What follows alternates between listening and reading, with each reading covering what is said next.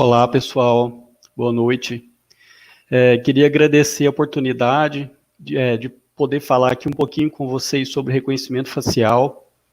Meu nome é Jones, eu sou engenheiro de computação, tenho trabalhado com tecnologia já desde 2005, área de desenvolvimento de software. Atualmente eu estou em fase de defesa da dissertação de mestrado na Universidade Federal de Goiás, onde eu estudo especificamente a utilização de inteligência artificial para reconhecimento facial. Também sou policial civil em Goiás, então desde 2017 eu tenho tido a oportunidade de investigar o problema do reconhecimento facial dentro da academia, da perspectiva da ciência, mas também tenho tido a oportunidade de verificar, acompanhar e utilizar mesmo para um fim específico dentro dessa área policial. Então, o objetivo aqui não é entrar em detalhes sobre a inteligência artificial em si, embora eu precise falar sobre alguns tópicos de forma assim, bastante alto nível, mas o objetivo maior é falar sobre a questão de utilização prática, né? Quais são os fatores críticos para se trabalhar com reconhecimento facial? É um tema muito polêmico, tem dado bastante discussão no mundo todo, ele envolve uma série de questões sociológicas, políticas, que eu não pretendo abordar, mas apenas trazer um pouquinho da experiência, da prática que eu tenho tido nesses últimos 3 anos. A agenda nossa de hoje vou fazer uma breve introdução sobre alguns tópicos que são importantes, vou falar sobre o método, vou dar uma ideia sobre o método que se utiliza para fazer reconhecimento facial, quais são os fatores críticos para a utilização desse tipo de sistema, desse tipo de tecnologia, e, por fim, a conclusão. E eu queria já começar a introdução relatando alguns problemas, né? Apesar de estudar e ser um defensor da tecnologia, a gente sempre tem que ter de forma muito concreta na mente que existe algum grau de incerteza e é possível de que ocorram falhas, né? Então, aqui nesse primeiro slide, eu gostaria de citar 3 situações bastante recentes de problemas utilizando reconhecimento facial, né? O primeiro é uma notícia que veio da Inglaterra sobre a utilização de reconhecimento facial pela polícia de Londres em estações de metrô. Uma universidade foi convidada para fazer uma espécie de auditoria e se descobriu que o algoritmo errou em quase 81% das vezes. A polícia metropolitana ela negou essa estatística, embora ela admita que esse problema ocorreu, só que não com valor tão alto de erro, né? A gente também tem uma situação que ocorreu no Rio de Janeiro, onde uma mulher foi detida por engano, né, onde foi um caso que a gente chama de falso positivo, quer dizer, o sistema identificou uma outra pessoa como sendo uma pessoa procurada através de câmeras de vigilância. Ela foi detida, chegando na delegacia e ela conseguiu demonstrar que não era ela, né? E mais recentemente, inclusive essa semana, houve um outro caso de prisão nos Estados Unidos, uma situação de furto, houve um furto em uma loja, com base nas imagens do circuito fechado de TV, o sistema de reconhecimento facial da polícia local acabou identificando um homem que não era o autor do roubo, né? Isso gerou um certo constrangimento e gerou bastante debate também no meio, uma situação mais recente, né? Eu espero que ao final dessa conversa essas questões possam ficar um pouco mais claras. E uma segunda situação de erro aqui aconteceu em Goiânia, né? Quero agradecer ao meu amigo Henrique, não sei se ele está assistindo, mas foi bastante interessante. Estou exibindo essas imagens com autorização dele. Ele é um sistema de portaria com controle de acesso, onde o irmão dele mora, As imagens aqui abaixo, eles mostram quem, na verdade, quem são eles, né? E tem um print da tela que ele filmou para mim, né? Então, ele consegue entrar no prédio como sendo o irmão dele. O sistema reconhece ele como sendo o irmão dele. E a gente pode ver pelas imagens que eles não são irmãos gêmeos e sequer são tão parecidos assim. Então, o sistema de controle de acesso está dando acesso a uma pessoa como se ela fosse autorizada, sendo que ela não é. Né? Então, assim, é mais um problema, né? A primeira discussão primeiro é conceituar a biometria facial. Para você trabalhar com reconhecimento facial, você tem que ter uma boa noção do que é biometria facial. E nesse caso é importante a gente definir alguns conceitos, né? A diferença entre identificação e reconhecimento. A identificação, ela é feita com biometrias que garantem 100% de individualização, ou seja, se você utiliza a biometria de forma correta, você consegue ter 100% de certeza que aquela pessoa realmente é ela, e não outra, você individualiza de fato, né? As mais conhecidas são o DNA, a impressão digital, o DNA e a íris, que tem essa capacidade de identificar com esse grau de certeza. Já o reconhecimento são biometrias que não dão um grau de certeza, né, tão grande, assim, que eles não podem afirmar, na verdade, eles até dão um grau de certeza razoável, mas eles não podem afirmar 100% que uma pessoa é outra, ou ela mesma, né, você não consegue individualizar, né, são elas a face, por exemplo, e o caminhar, né, uma biometria que tem sido estudada, gait recognition. Então, assim, são formas que você tem de fazer um reconhecimento, de às vezes ter um bom grau de certeza se aquela pessoa é A ou B, mas você não pode afirmar 100% que se tratam das mesmas pessoas. E eu sempre gosto de citar esse caso aqui para demonstrar assim, o quão complexo é o reconhecimento facial. Esse caso aconteceu em 1903, na prisão de Leavenworth, nos Estados Unidos, onde uma pessoa foi presa por ter sido reconhecida por uma vítima, por um crime de agressão, e não era ela. E o interessante é que meses depois, o verdadeiro autor deu entrada no mesmo presídio, e os guardas de segurança do presídio verificaram essa semelhança, começaram a investigar e descobriram que, na verdade, era um problema de alta similaridade facial, mas que o autor da agressão não era quem tinha sido preso inicialmente. Então, vocês podem ver aqui que na imagem de perfil a gente já consegue perceber uma certa diferença, mas frontalmente eles são muito parecidos, inclusive o nome. É Will e William West. Esse caso ele é muito importante no estudo da biometria em geral, porque ele impulsionou o estudo das impressões digitais. Né, ficou muito claro que a biometria facial não era algo seguro, e quando você pega num universo geográfico, por exemplo, da Grande Goiânia, com quase 2 milhões de habitantes, é perfeitamente possível você achar pessoas muito parecidas e que sequer são parentes. Eu acho que é muita gente que está aqui assistindo já deve ter passado por uma situação assim, onde você às vezes foi confundido com alguém ou confundiu uma pessoa, né? Porque são parecidas, né? Isso é possível, a gente vê o tempo todo. Então a gente precisa ter muito cuidado com a biometria facial. E como que ela tem sido utilizada no mundo, né? Você tem uma série de formas de utilizar reconhecimento facial. Uma utilização bastante interessante é no varejo, em lojas, né? Então, se você tem um cadastro dos seus clientes, você pode utilizar reconhecimento facial com câmeras, para que quando a pessoa entre na loja, você já consegue abordá-lo chamando pelo nome, você já conhece aquele cliente, você já vai ter condição de se relacionar com ele, já conhecendo as suas preferências, porque você já sabe de quem se trata. Né?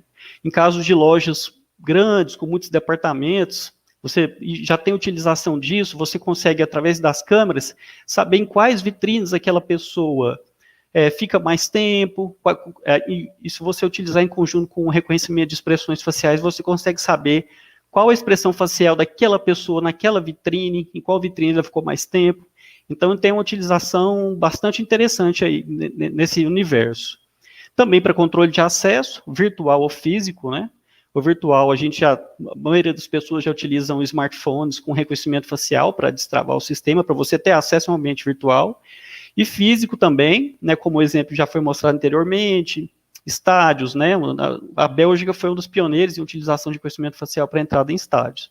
E segurança pública, você tem dois tipos de utilização diferentes, né, você tem para vigilância, que é quando você acopla em câmeras espalhadas pela cidade e você fica comparando as pessoas com uma lista de foragidos. E você tem investigação policial, que é quando você obtém uma imagem depois de um fato já ocorrido, uma imagem que tem uma face de uma pessoa e você deseja identificar aquela pessoa, e não só o suspeito, vítimas, testemunhas, também é bastante útil para isso, né? É um problema que já é estudado há muito tempo, não é novo reconhecimento facial por software, sistema de reconhecimento facial desde os anos 70 vem sido estudado.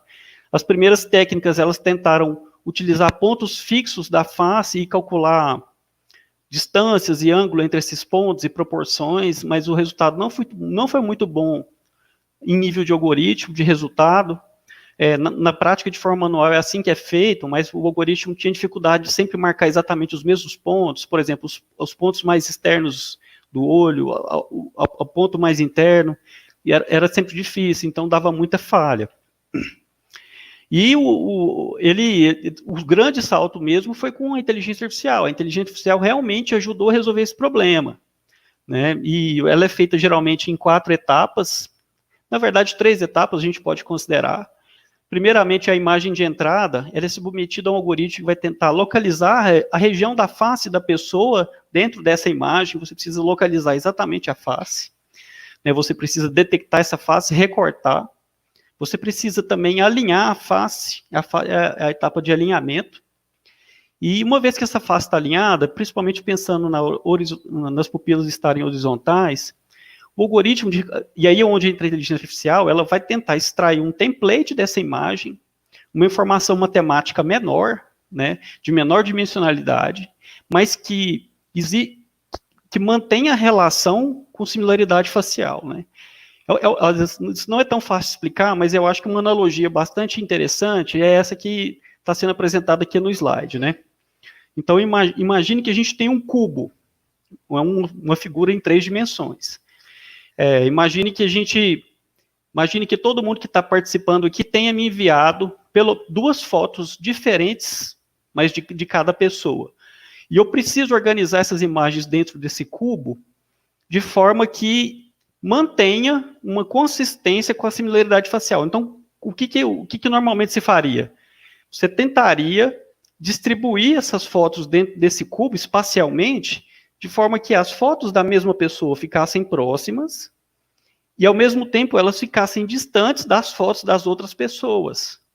Ou seja, a distância espacial entre as fotos, ela está diretamente correspondente com o grau de similaridade facial. Fotos de pessoas muito parecidas ficam próximas e fotos de pessoas que não são parecidas ficam distantes. É muito próximo o que a maioria das propostas de inteligência artificial tem feito para resolver esse problema.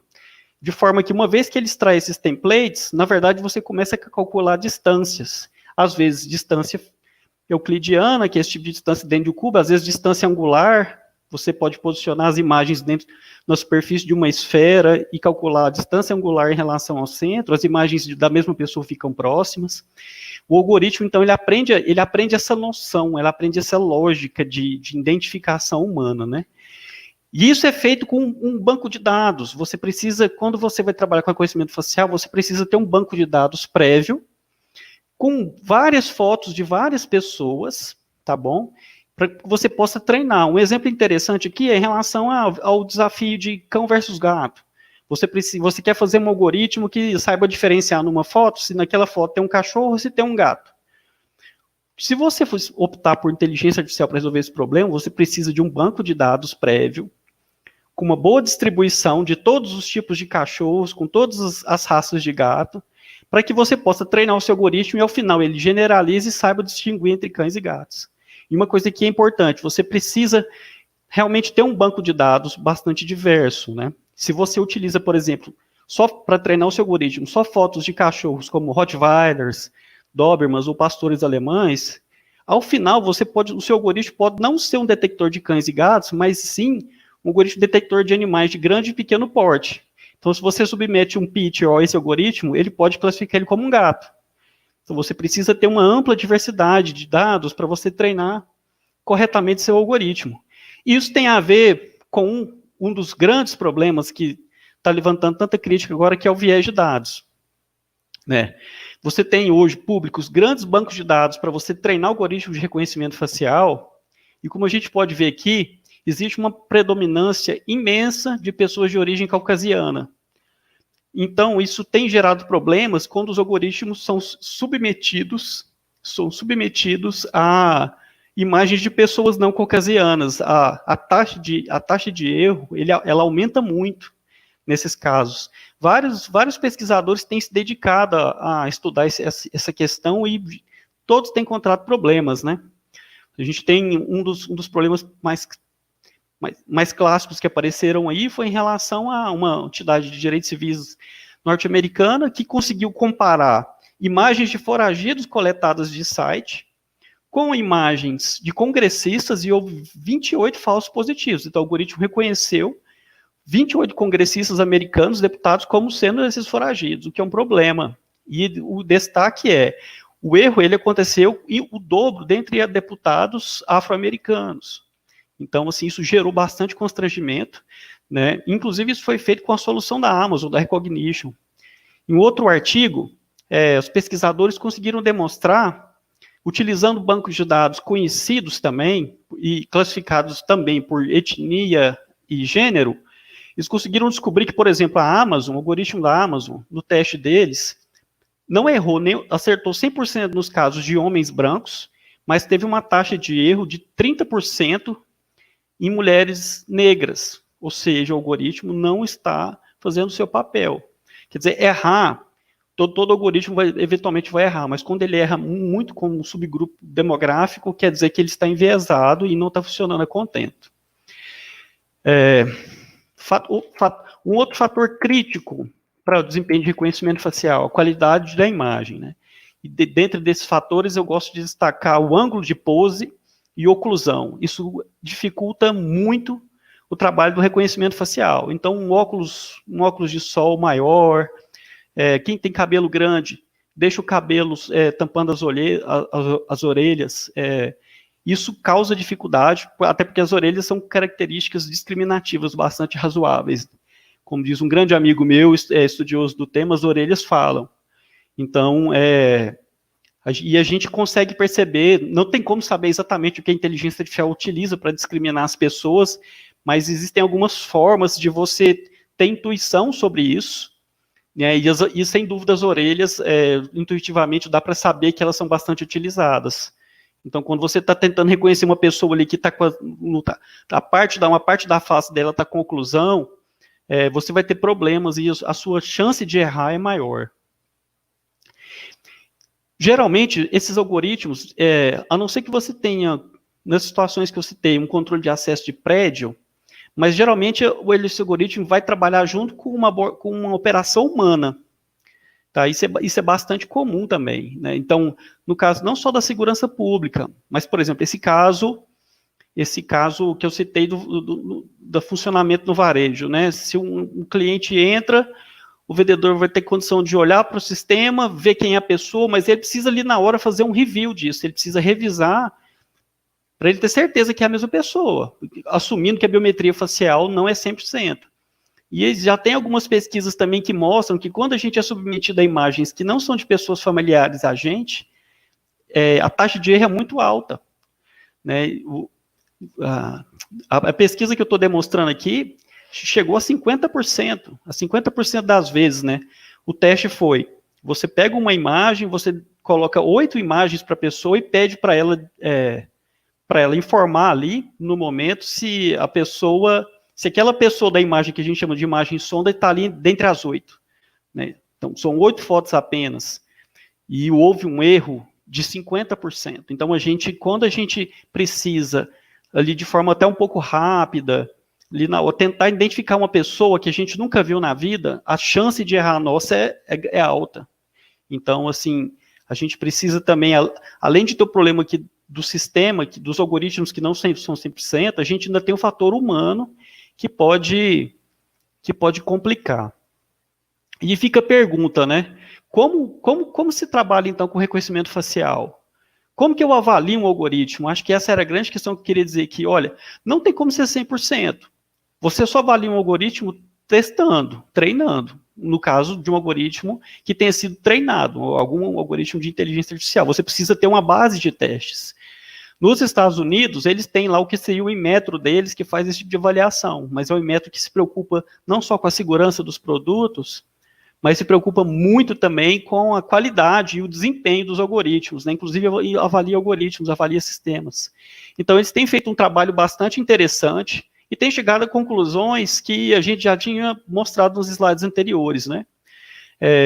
Eles conseguiram estruturar um banco de 18 milhões de fotos de 8 milhões de pessoas diferentes. Então, assim, é um banco bastante amplo e já dá para a gente ter uma margem de segurança de saber como é que funciona. E o que eles estão encontrando é isso, errar com mulher de 2 a 5 vezes maior a chance do que com homem. No geral, os erros maiores eles estão acontecendo com pessoas de origem africana e asiática. E o que é interessante, os algoritmos que foram desenvolvidos pelas equipes chinesas, dos algoritmos avaliados, eles erraram menos em pessoas asiáticas. Por quê? Porque eles estão treinando o banco de dados, esses algoritmos também com uma maior quantidade de fotos de pessoas asiáticas. Então, eles conseguem ter um pouco maior assim, de acurácia nesse tipo de tarefa. E é possível acabar com o viés de dados? É possível a gente ter um algoritmo que acerte 100%? Sempre? Não. É um sonho. É um sonho você ter algoritmos que não têm viés de dados. Mas é bastante improvável, porque você precisa ter uma distribuição no seu banco de dados, em termos demográficos, que represente todo o universo das pessoas, o que é praticamente impossível. A menos que você conseguisse ter várias fotos de todos os 7 bilhões de pessoas no mundo, você não vai conseguir alcançar isso. Né? Vai ser muito difícil. Dado também, uma coisa interessante, que os algoritmos também erram muito por idade. Se você treina um algoritmo com adultos, ele funciona muito mal com pessoas de 15 anos para baixo. E, às vezes, se você treina com pessoas entre os 30 e 40 anos, ele também não vai acertar muito bem em pessoas mais idosas. Então, isso é uma questão bastante assim, importante, tá? Para quando você vai trabalhar. E para a realidade brasileira? Então, para quem pretende trabalhar com reconhecimento facial, você tem que ficar sempre atento. Como que esse algoritmo foi desenvolvido, foi treinado? É muito importante que você saiba se ele foi submetido a testes com pessoas brasileiras, que tem um biotipo diferente, a gente tem uma distribuição demográfica bastante ampla também, é um país bastante miscigenado, então é bastante importante que você saiba se ele já foi aplicado à realidade brasileira, para saber se ele funciona ou não. Tá bom? É seguro trabalhar? Olha, para terminar, a palestra já está em cima da hora, mas depende da sua utilização. Se você precisa de ter 100% de certeza do seu sistema de controle de acesso, de reconhecimento, a minha experiência me obriga a falar que não se deve utilizar reconhecimento facial. Você deve buscar trabalhar com impressões digitais ou íris, que hoje já está bem acessível à tecnologia, para você ter 100% de certeza. As implicações jurídicas podem ser muito grandes se você nega acesso a uma pessoa que deveria ter acesso a algum lugar, ou se você permite o acesso de pessoas não autorizadas em um determinado ambiente. Então, assim, ao final das contas, dá para trabalhar com uma certa segurança, conhecendo que a tecnologia não é 100%, tendo em mente que a biometria facial não individualiza 100%, mas que se você tem uma restrição, um requisito muito, muito forte de segurança, para controle de acesso, principalmente, a recomendação é essa: não utilize biometria facial, tá bom? Utilize outros tipos de biometria, como eu falei, impressão digital e íris, que a chance de ter erro é bem menor. Tá joia, pessoal? Acho que não vai dar tempo de responder muitas perguntas, eu acho, talvez a explicação que eu dei sobre o posicionamento das imagens, talvez tenha sido suficiente, tá bom? Agradeço a todos. Vou colocar aqui o meu e-mail, estou à disposição, tá, para quem quiser tirar dúvida, trocar ideia sobre qualquer questão ligada a reconhecimento facial. vou ficar bastante feliz em poder ajudar. Tá, joia? Acho que o conhecimento ele serve para ser compartilhado. Muito obrigado, pessoal. Boa noite.